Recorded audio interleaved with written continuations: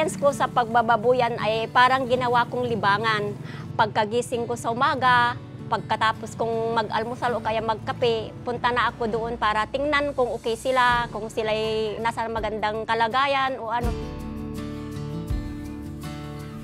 Sa simula, nag-alaga kami ng mga biik, tapos may iniwan kaming dalawa na ginawang inahin. Tapos, nung nagka-pandemic, parang ginawa na naming trabaho ko dahil hindi kami nakakalabas sa bahay noon. Dinagdagan namin at nagpagawa kami ng dagdag na kulungan. Tapos nung nanganak na yung mga inahin namin, yan na ang inaalagaan namin hanggang ngayon.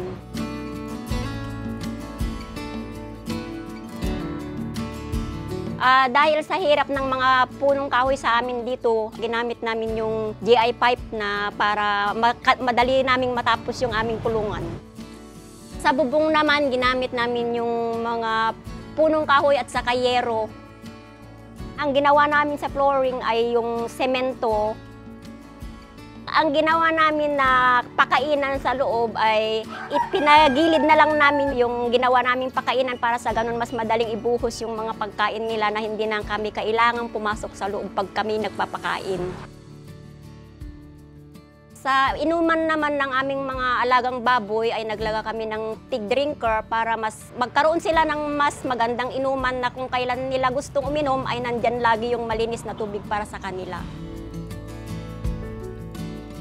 Talagang minsan nahihirapan ako kaso lang ako talagang nagpapakain sa kanila dahil minsan pag ibinibigay ko sa mga kamag-anak ko parang hindi nila alam yung diet nila.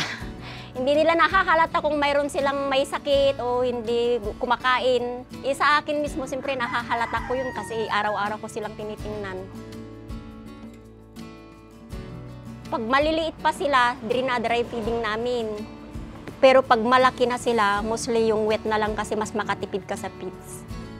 Gaya yung binabasa ko at pinapanood ko sa yung instruction na 3:1. Yan ang ginagamit namin, binababad namin sa tubig 8 to 12 hours. Tapos pinapakain namin ng pag-time ng pagkapakain. Pag maliliit pa sila, depende na yan. Minsan madalas, pero pag malalaki na, 3 times or 2 times pag malapit na silang mabenta.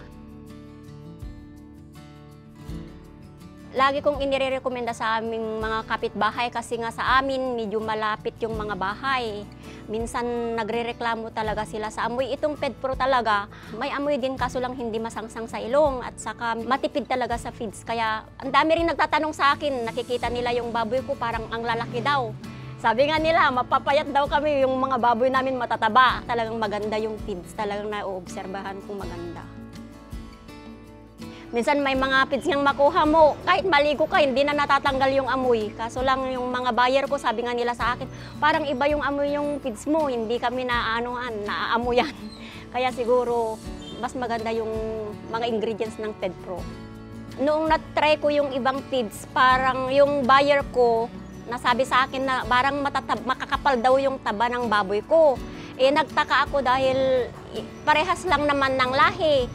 Tapos naisip ko na lang na siguro yung pagpalit ko ng feeds kasi medyo nagpalit ako ng mga 6 months, ganun. Trinay ko talaga yung iba din.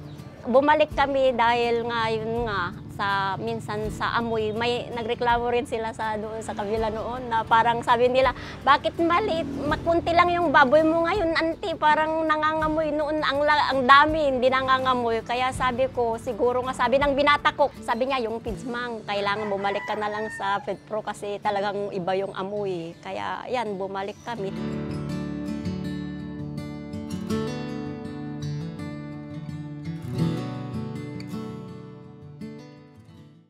Malaking naitutulong ng PedPro sa amin dahil nung natry ko ng ibang brand, parang kumapal yung taba at saka magaan ang kilo. Kaya nung bumalik ako ulit sa PedPro, doon na naman nakuha ko yung mga 3 to 3.5 months ay nandun na yung kilo talaga ng mga baboy ko na 80 plus yung kilo, may 90, 100 pa. Kaya malaking tulong talaga ang PedPro sa amin. Tapos nung yung natry ko na feeds noon, humaba yung pag-alaga ko. Inabot ako ng mga 4 months tapos yung kilo hindi pa masyadong mabibigat. Ang lalaking tingnan kaso lang nung kinilo namin, parang ang nadaya kami, kaso lang inulit ko talagang ganyan talaga ang kilo. Makapal pala yung taba. Kaya bumalik ako ulit sa FeedPro para patunayan ko kung talagang mas maganda yung quality ng feeds. At doon, ngayon sa pag-aalaga ko ng baboy, mga 3 months to 3.5, ganun. Pinakamatagal na yung 4 months pag bumagsak yung presyo, hinihintay ko yung good price na lang.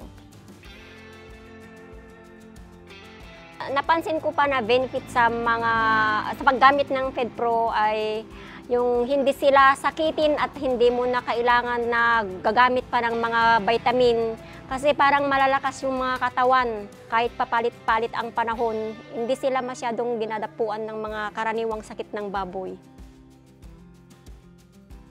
Yung pamangkin ko, nag-FeedPro kasi sabi niya nung ibang feeds daw yung ginamit, kunti lang daw ang anak. Kasi sabi niya, sa akin, ang dami yung anak. Minsan, lumampas talaga ng 12, mga 15, ganun. Kaya siguro mayroon din epekto yung feeds sa maraming anak ng inahin. Okay, may baboy ako dyan na yung isa, 2 months and a half, mga ganun, 2 months, mga 60 to 70 kilos.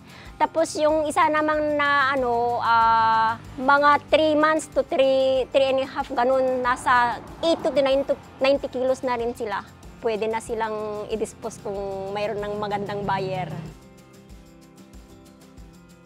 Maraming salamat sa FeedPro dahil dahil nakilala ko sila na binigyan ako, parang naging tulong rin sa amin yung pagbababuyan. Tulong na rin sa aming income na mag-asawa na parang part-time lang sa akin kasi naalagaan ko yung mga anak ko kasabay ng baboy, nakakapag-school sila ng tapos kung magpakain ng baboy, pwede ko silang ihatid sa school, kaya napakalaking tulong sa amin gawa ng maganda yung feeds. Tapos maraming salamat kasi nakakatulong talaga.